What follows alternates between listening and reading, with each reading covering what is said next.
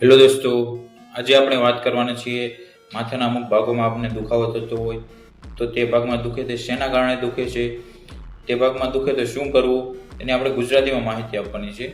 તો અને આ વખતે હેલ્થને રિલેટેડ આવા ગુજરાતીમાં વિડીયો જાણવા માટે મને સપોર્ટ કરતા રહેજો. પેલું મોટા મોટા અવાજો થતા હોય અથવા સ્ટેજ હોય એના કારણે એ ભાગમાં દુખે છે. એનો ઉપાય શું છે?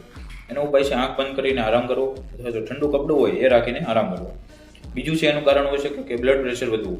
એનો ઉપાય શું છે? એના માટે ઉપાય છે બ્લડ પ્રેશર ચેક કરાવવું અથવા તો શાંતિથી બેસવું.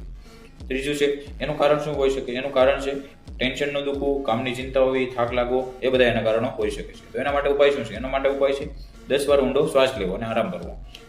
ચોથું છે એનું કારણ શું હોઈ શકે? ચોથું છે એનું કારણ હોઈ શકે બાળકોની મોજ મસ્તી અથવા તેના માટે આપણે રમતા હોય તો એના અવાજોના કારણે ઘણીવાર એ ભાગમાં દુખતું હોય આપણને. એના માટે શું કરવું? એના માટે આપણે 5 મિનિટ શાંતિથી બેસવું જે અવાજ ન થતો હોય એવા વિસ્તારમાં. પાંચમું છે એનું કારણ હોઈ શકે કે સાઇનસનું દુખવું, નાક બંધ થઈ જવી, ઠંડી લાગવો, આવા લક્ષણો હોય એના કારણે એ ભાગમાં દુખી શકે છે. એના માટે ઉપાય છે કે વરાળ લો, તેનાથી આપણને રાહત મળશે. છઠ્ઠું છે એનું કારણ હોઈ શકે કે આંખની નવ પર પ્રેશર આવે એના કારણે એ ભાગમાં દુખી શકે છે. તો એના માટે ઉપાય શું છે? એના માટે ઉપાય છે આંખ પર ઠંડો કપડું રાખો અને આરામ લો. સાતમું જે તમે ચિત્ર જોઈ શકો છો એનું કારણ હોઈ શકે છે કસરત પછી આપણે વધારે કસરત કરીને આવ્યો હોય એનાથી દુખે, વધારે દોડીને આવ્યો હોય તો દુખે, આપણે જીમ કરીને આવ્યો હોય તો થાક લાગ્યો આપણને તો એના કારણે દુખે એવો હોય.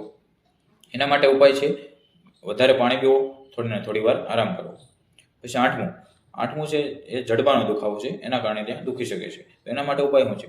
એના માટે ઉપાય છે જડબું છે હળવી રીતે ખોલો અને પાછું બંધ કરો, થોડી રીતે પાછું ખોલો જેનાથી તમને રાહત મળે. જય હિન્દ, જય જવાન, જય કિસાન, જય ગૌ માતા.